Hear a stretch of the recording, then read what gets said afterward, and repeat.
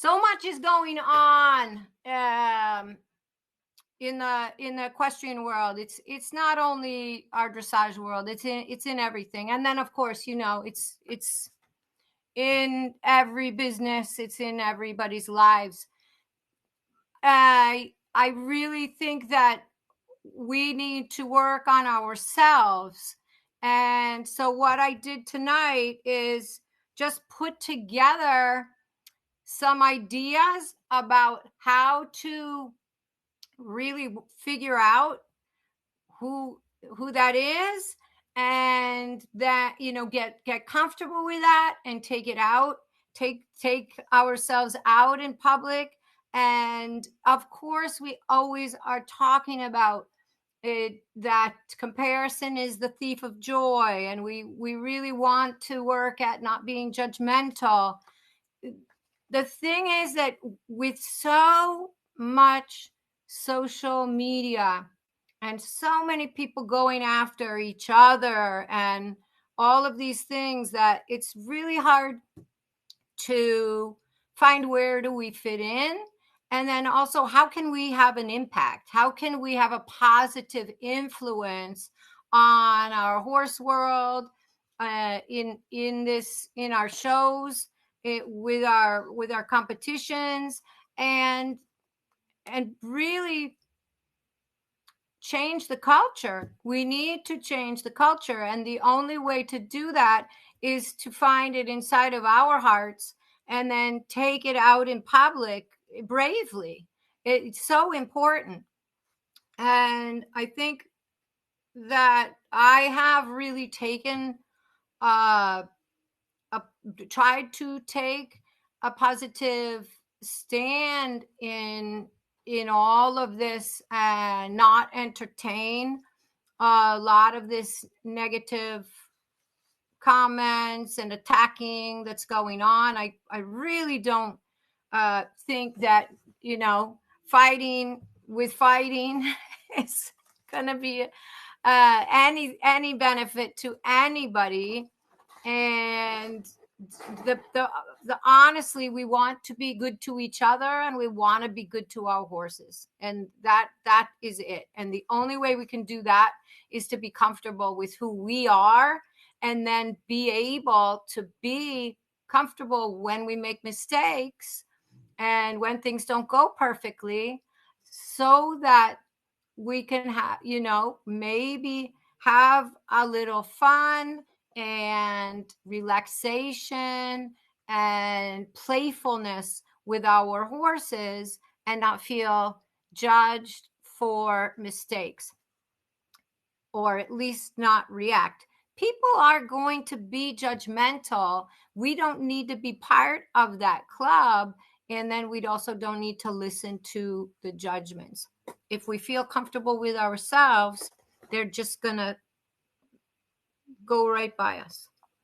So the beginning of Be the Change is going to be a couple of definitions. You know how I love sharing the definitions in the beginning. So state of being versus state of doing. And state, in this case, what we're talking about is the condition of a person or a thing with respect to condition or attributes, conditions or attributes. So the condition of a person or a thing, our condition with respect to attributes. Being, the fact of existing, conscious, essential nature, being. Doing, an action, performance, execution, or performance of an action. Okay, so being is the fact of existing, conscious, essential nature, our nature. Doing is an action. All right, if you have anything during this that you want to talk about deeper, that you want to ask a question, that you want to give an example, tell me that it's resonating with you, that you like what we're talking about, or you have a question or don't like what I'm, please feel free. You can either jump in or text in the text box. Completely fine. So, first of all, understanding outside versus inside influence. So, how do we get to know us?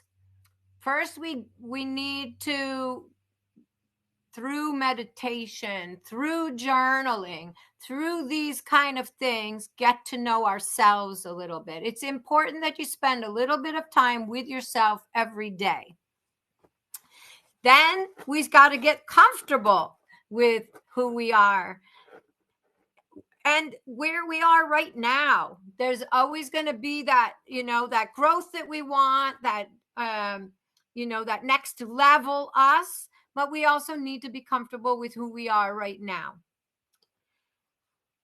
Notice when we get into people pleasing or we become uncomfortable because we think that we will not be accepted.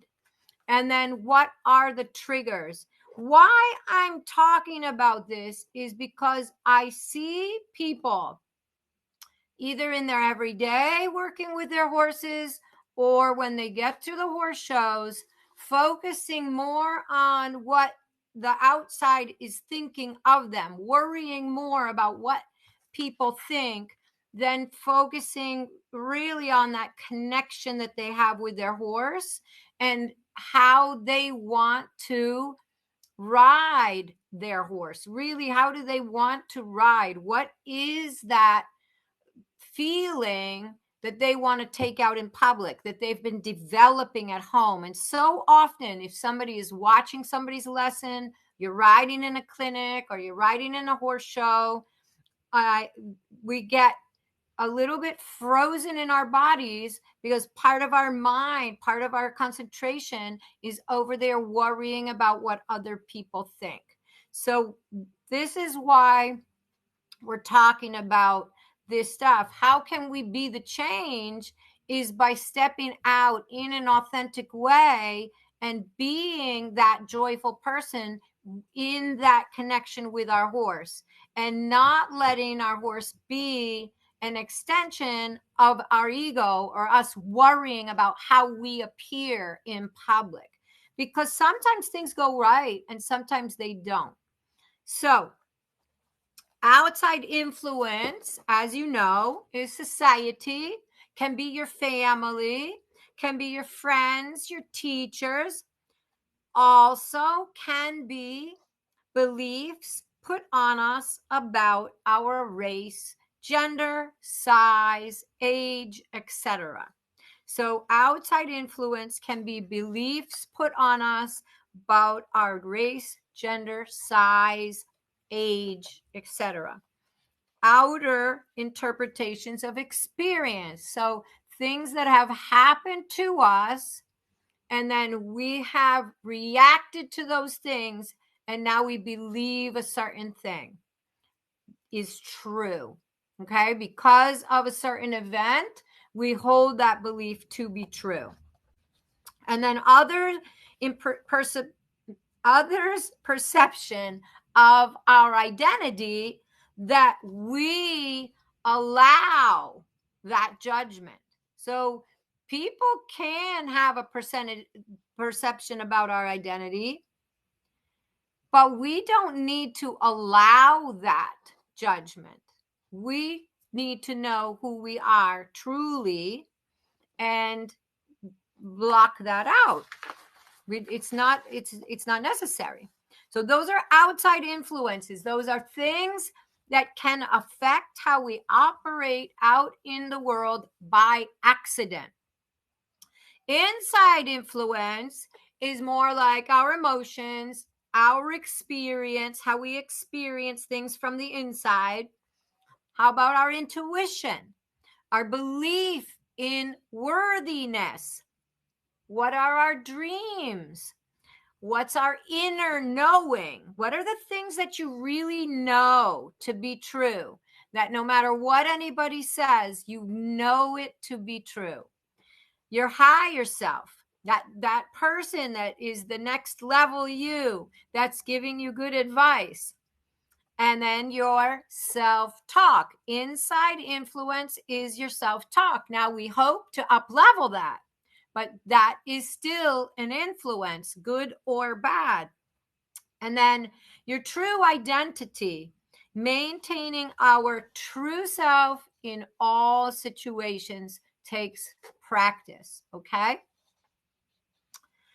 So if we take that then to a state of doing, we might be a lawyer or an equestrian or a bookkeeper. So if I'm a lawyer, I practice law. That's my doing, is practicing law. I am an equestrian. I ride horses. That's what I do. I'm a bookkeeper. I manage people's paperwork. That's what I do. Okay? Many people set their identity around what they do, so that if you were no longer a bookkeeper, you would not know who you were anymore. And this is a problem, okay? We hear of many athletes, whether they're Olympic athletes or professional athletes, that they become in a place of depression after the Olympics are over, or after they leave a sport because of an injury or something like that, and they don't know who they are. Many take on, substance abuse or commit suicide, destruct their families, get divorced, because their identity was completely wrapped around the doing. And we want to be really careful of this. Imagine that your identity is around the doing, and you go out and you have a bad dressage test. Does that really mean that you are a bad person? Is your identity so wrapped up in that you can't still wake up in the morning feeling worthy, feeling like a good person because you had a bad dressage test? And we want to work on this. This is really something that we need to work on every day, so that we don't have really deep dips in our momentum when we have mistakes, okay? Or we don't treat the people around us badly, or end up feeling bad in other aspects of our life. So a state of being is more that I studied and practiced law because I want to help people who do not understand their rights and the way the law works. My state of being as a lawyer is to be in service to people who need someone knowledgeable about law. This gives me purpose. What would be the values of a lawyer? Where would a person's values and state of being be tested? So, of course, it can be that we associate lawyers in a negative way, but I believe that many people become lawyers for really for all the right reasons. And so what would the values be? And then they're operating and they're in that state of being within that group of values. But if that person was no longer a lawyer and decided to become an author, or decided to become an equestrian, or to become they would take that state of being with them. The way they were acting as a lawyer, the way they were being as a lawyer is going to move with them into these other aspects of their life. And in the same, I learned to ride horses because I love the nobility and beauty of horses. My state of being as an equestrian is to partner with my horse and learn skills that I need to communicate well. So this brings me joy. What would be the values of a horseman or a horsewoman? Where might these values be tested? What does it look like to go out and practice these values every day? So if you think about the guiding principles, or the things that are necessary to be a lawyer, many people become lawyers because they want to serve, and then they end up being uncomfortable because you need to be aggressive or you need to be competitive. They, there is a certain set of values that you step into that arena and you need to have. Maybe then they move on and they take that education into a different way, because that aggression is not something that they want to live with. The same with the horses, where we move into that, we have that love for horses, but then we move into the competitive arena and we feel that things are different. So what does it look like to go out into the riding arena every day with those values that you really carry, and we hold on to those even with the worry and the judgment of the outside world? So I use another example, which is I learned to be a CPA because working with numbers is easy for me. And my state of being as a bookkeeper is to use my gifts in a way that benefits people and then lets them be their creative person and bring their gifts to the world. So being a bookkeeper brings me a feeling of contribution. What might the values of a CPA look like? How will they ripple through everything that CPA is involved in? And how might they be challenged? How might you be challenged as an equestrian to uphold your values? How might you be challenged as a lawyer to maintain the values that are close to you? What happens when someone gives into judgment and outside influence? So think about how we're seeing this play out in our world today. Could I contribute without doing bookkeeping as a job? So is my identity the bookkeeper, or is it the ability to contribute to people's lives? Would I still be me without being a bookkeeper? And I think this is just so important, where people start to grasp onto who they are as that picture of who the world sees them in that profession.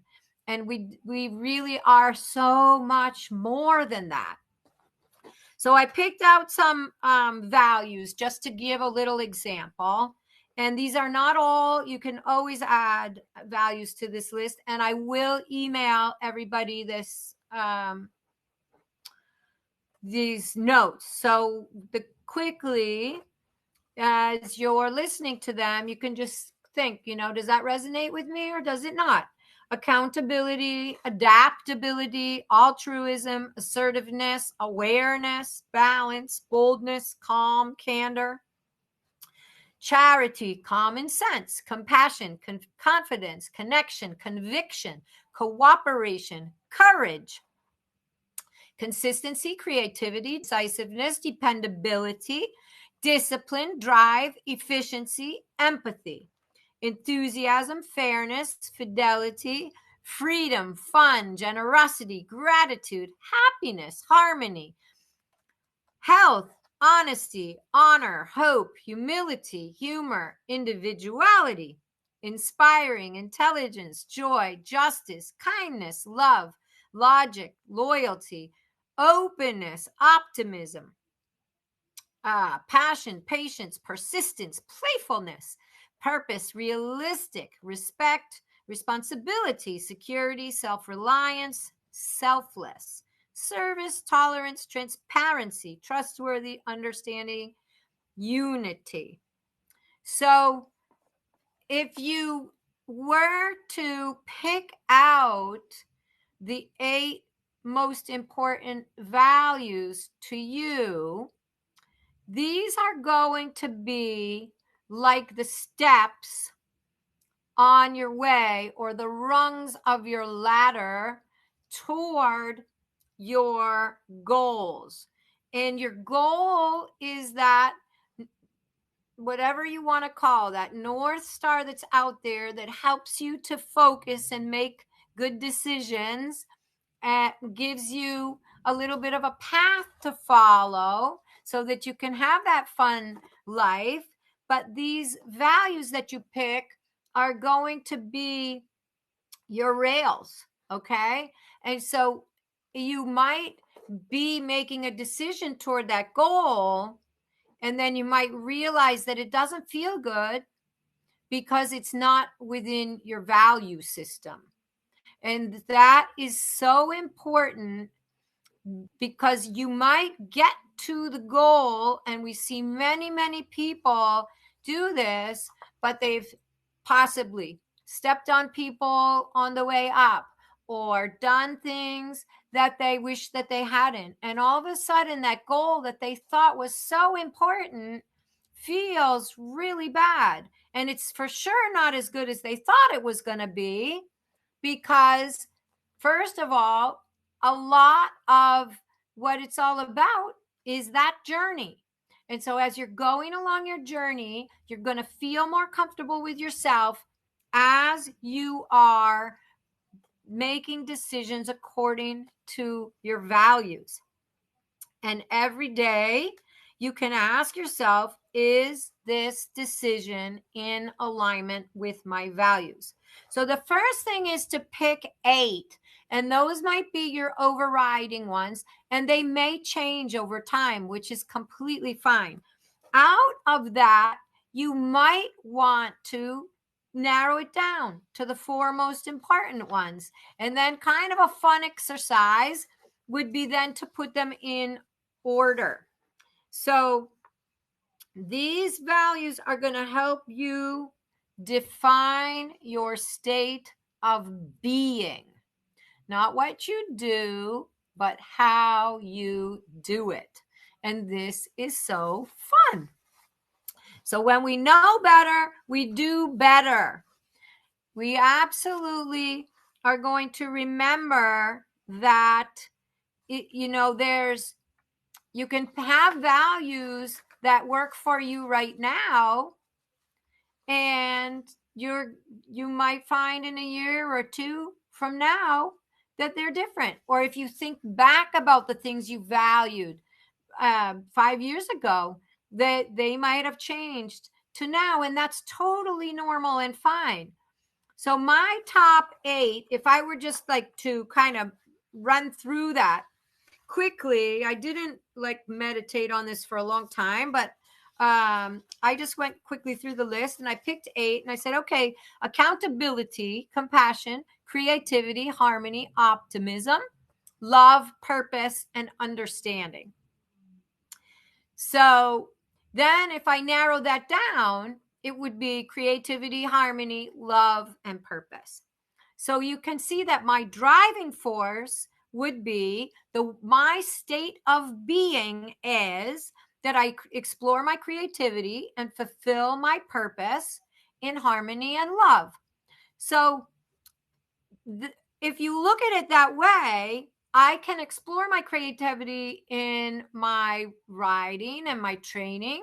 I can explore it as an author. I can explore it in so many ways. And if everything I'm doing is with this being, then I'm being true to myself. In the meantime, I also have those other 4 values. So I want to be accountable while I search for understanding and live with compassion and optimism. Okay? So if you can see that, especially right now in my life, if you could see that, if my identity was totally attached to being a wife, or being a equestrian, being a dressage rider or a trainer, if if that was my whole identity, then this is going to get very dangerous if one of these aspects of my life gets disrupted. Okay. And I think you're going to add, there's hundreds and hundreds of values. I just threw some easy ones down there on the list, but you can add values to that list if the ones that you are most identifying with aren't there. But that, this is an awesome exercise to do, because when you start to get disrupted by the outside influences, knowing what your state of being is will bring you back to that awesome confidence. So then I think that there are a couple of mistakes of understanding how we operate in the world.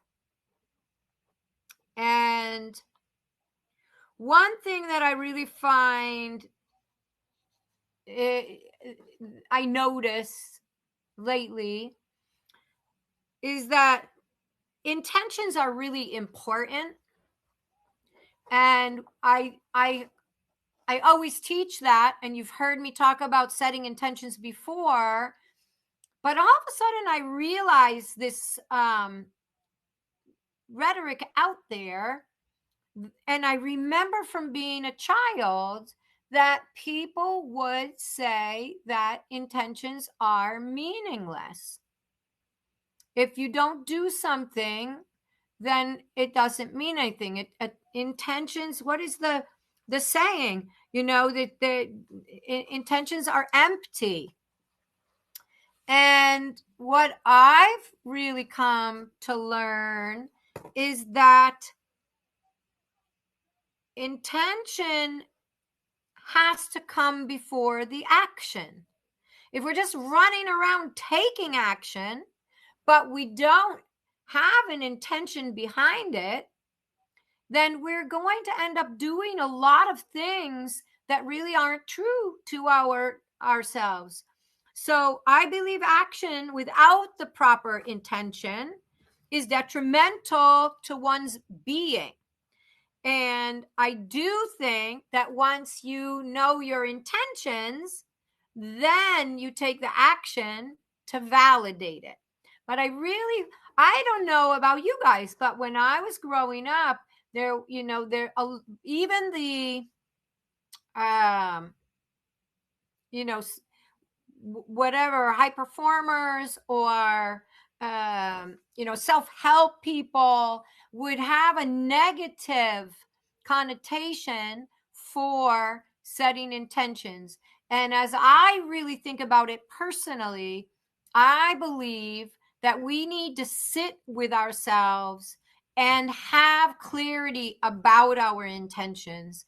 And then the actions are going to be behind those intentions to validate them. And that's what's going to get you going where you want to go in the way you want to get there. Another mistake in understanding that is really, really important, and I think is part of why people are having a lot of misunderstandings and then these unfortunate conditions, that we're taught not to get angry. And really from a young age, we're taught that anger is an expression of a lack of control, that anger is a lack of patience or an expression of patience. And when you think about, and we learn more and more, and we have more ability to understand vibrations and the way that these things work, the energy of wanting something different or wanting something to be changed, that is an energy, and it can be perceived as anger. If you think about it, when you're a young child and you want something to be different and you get energetic about it, sometimes it's possible that we as adults would tell the kids not to be so angry. You're not allowed to express anger.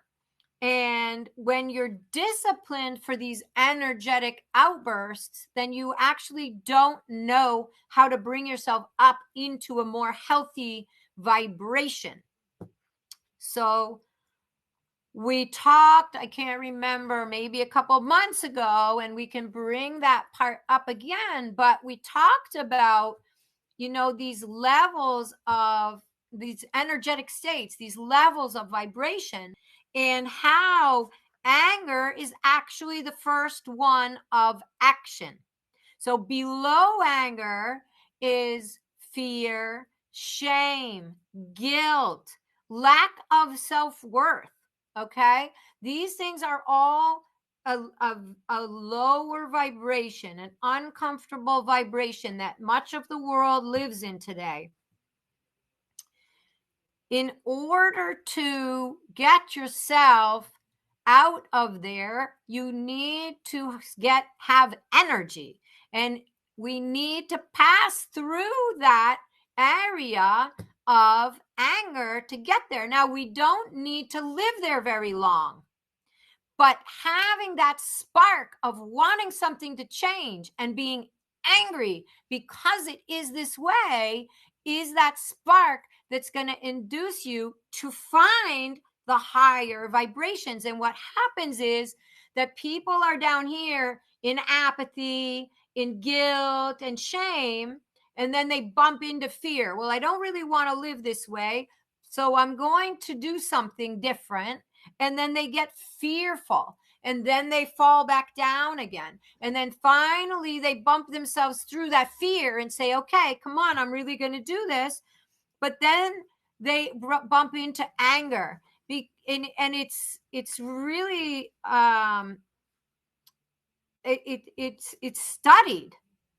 So, this is not, this is in every day. This is in our everyday, how we operate through the world. And then it's also can be in cases that are more, people that are living in a much less comfortable way than we are. But this idea of, I am a bad person because I wanted this to change and I had energy that I wanted it to change. We don't need to feel that way. We just need to start to understand it better. And we don't need to live in a place of not understanding, because understanding is my thing. So we want to push through that energy of anger and get to the next levels. Courage, willingness, love, those are all vibrations that are up there higher than fear and anger. So one person explained it to me like an elevator. And you have this elevator going up. You can visualize it. We all know. And then the door opens at the level, at the floor of anger. And you look out, and we all know what anger looks like. And we can decide, do we need to step out onto that floor, or can we close the elevator and continue up to the next level? And we've all, Isabel was so wonderful to, say also for herself, we have all spent time in that, energetic state of not liking how things are and not knowing how to change them. Absolutely. There's, she really says it. If we all know it, and that's why we want to make it a no judgment zone. But how can we, instead of looking at what we don't want to do, how can we teach people to do things differently?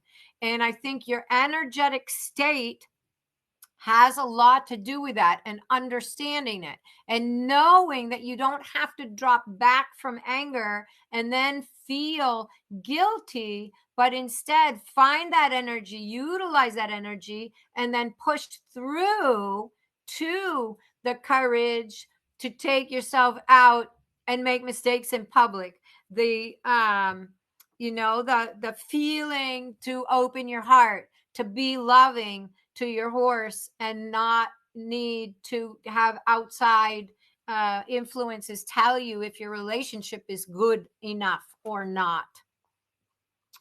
So I think as equestrians, we have a big responsibility to the horses, and we have to start to know where our vibration is and where our emotional stability is, and really work on that with these tools.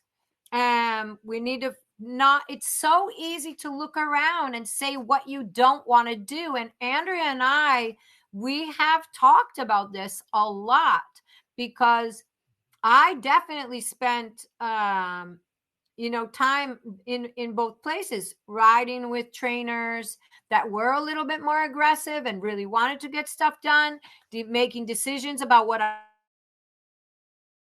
I didn't want to do with my horses, but then feeling a little bit stagnant because I didn't know, what to do, and you don't want to be doing the wrong thing. So we need to teach, and find educated people to emulate, look around and really learn from people that are doing it from that higher place, and find that the value system that we want to work in, set that intention, and then practice at home, practice in your own riding every day, and then take it out in public, and be careful not to chastise yourself for making mistakes, because we all make mistakes. It's not only, I don't think, riding has a lot to do with skill building. And we've talked about that a lot in the Build a Better Rider. What does it take to make a good rider? But it's not only about the skill. It's definitely not only about impressing people. And it's not about the ribbons and the points. It's really about that journey that we are on with our horses, making the best out of that partnership. And how do we do that? And what's the team to do that? So I think to be able to take yourself out in public and feel really comfortable, it's really about learning who you are, and then practicing being that person. It's okay to be the learner and to make mistakes, and it's okay to be playful instead of perfect. And, once again, just to say, to value your relationships over the opinions of others. So I think that, does anybody have anything that they want to add or say or ask me a question?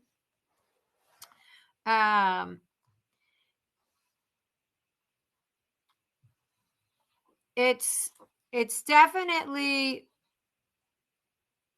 getting in touch, with that inner you. That's something that we're always working toward, right? And so spending the time with your meditations and with your journal helps you to get more and more in touch with who that person is. And when you really have that feeling, then when you go out in public and when you're riding in public, you will start to notice when you're not yourself. It doesn't feel good. Okay? So, but in the beginning, before we're really in touch with that, we don't notice that we lost ourselves to the person that's standing on the sidelines that might feel, might be judging us because we can't sit the trot well enough, or our horse isn't moving forward enough, or whatever. Once you really get to know who you are on the inside, when you start to let your focus go onto people's opinions of you, you will notice it much sooner and be able to bring yourself back in to that connection with your horse. The second part of you goes out and starts worrying about what people think, that you've lost connection with your horse. So when we get out of balance, we react to outside influence, and then we are not aligned. Our actions may not reflect our true self.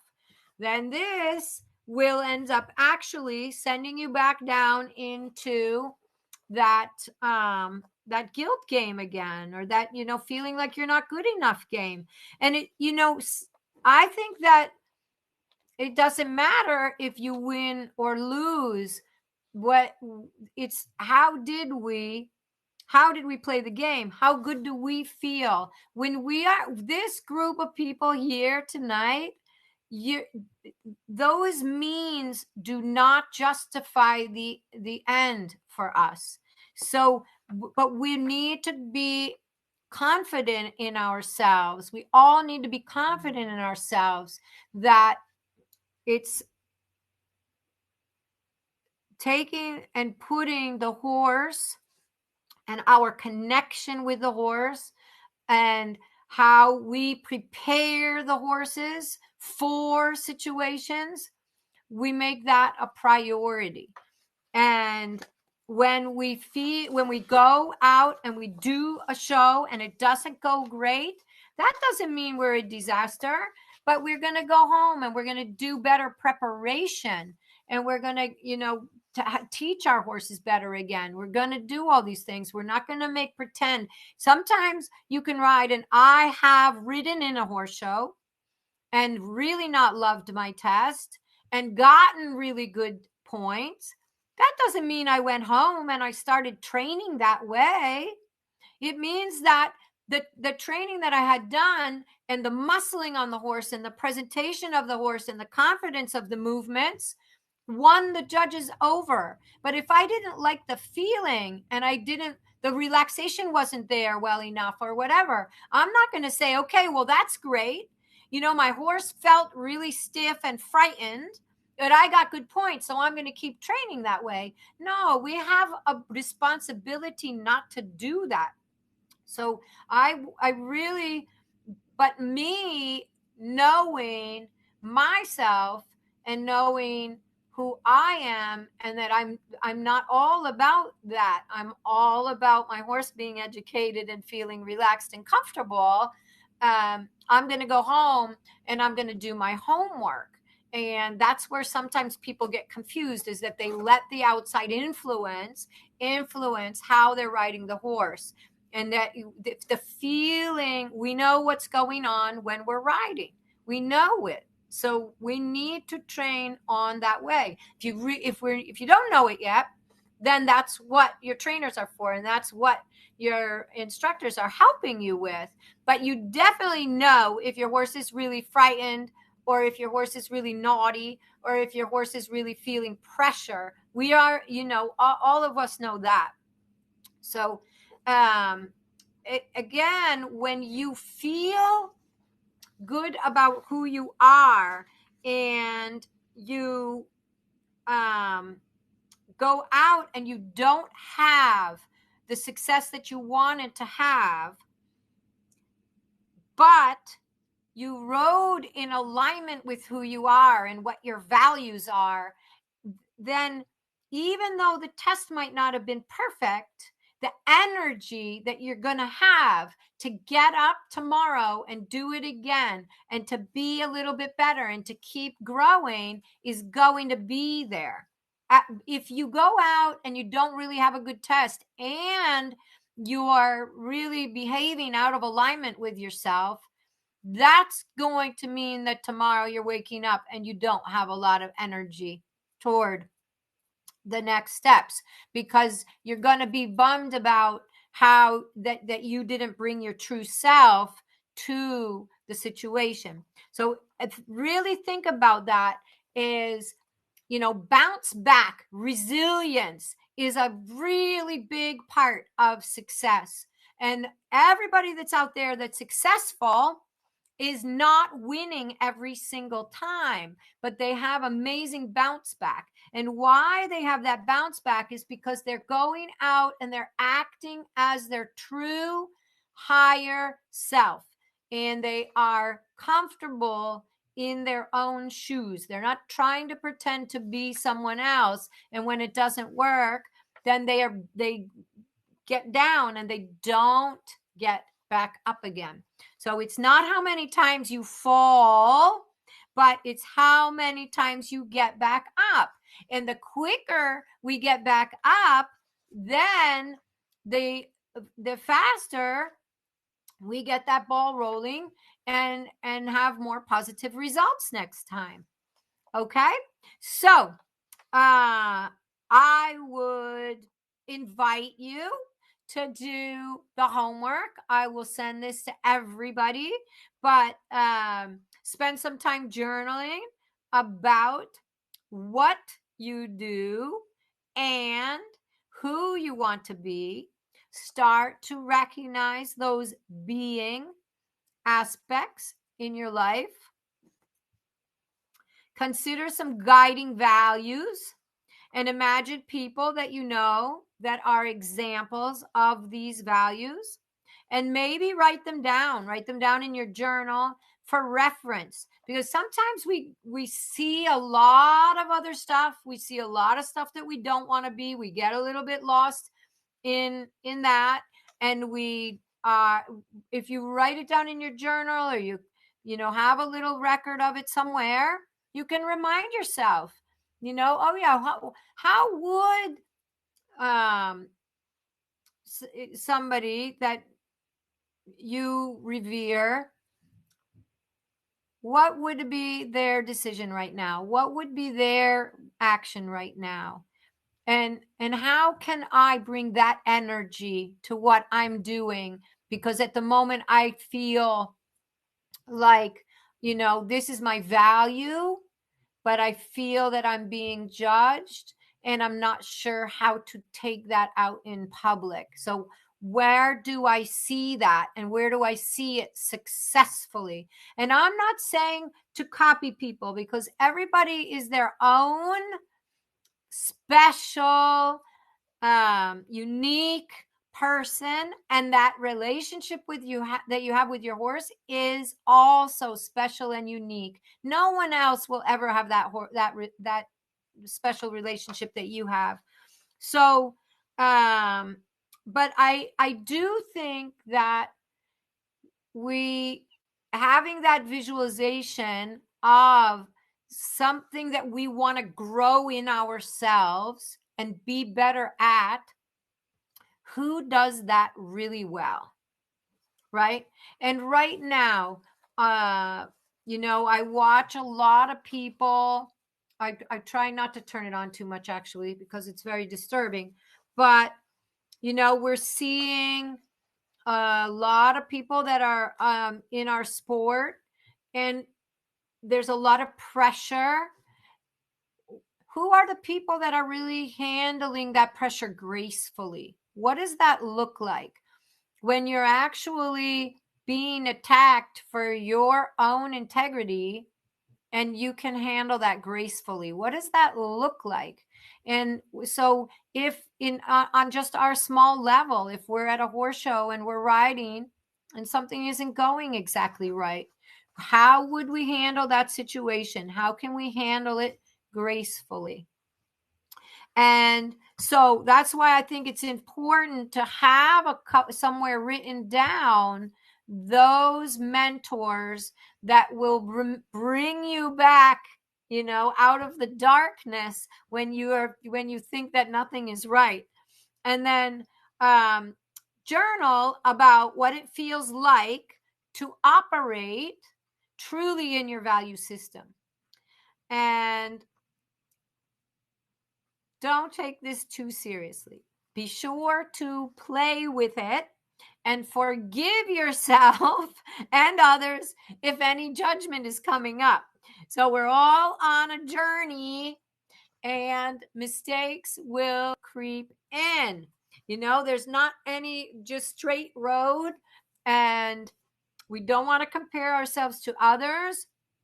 It really is our life to live in whatever way that you feel the most joy. So just play with these exercises and see if they bring a little bit more clarity to how you can go out and operate in this environment. And I think the more people that are really finding their authentic selves and really going out and being honest and loving and compassionate with each other and with their horses, this will be contagious. And the culture, at least in our little environment, will start to change. It really will. And I think that you guys are going to have influence even when you think that you don't. So I hope that this helps. And be youthful in your approach. Connection is the key. And remember, anything is possible.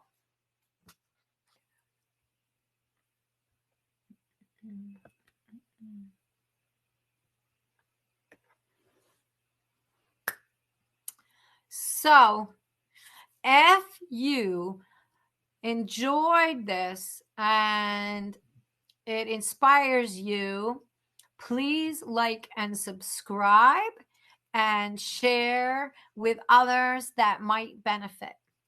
Thank you.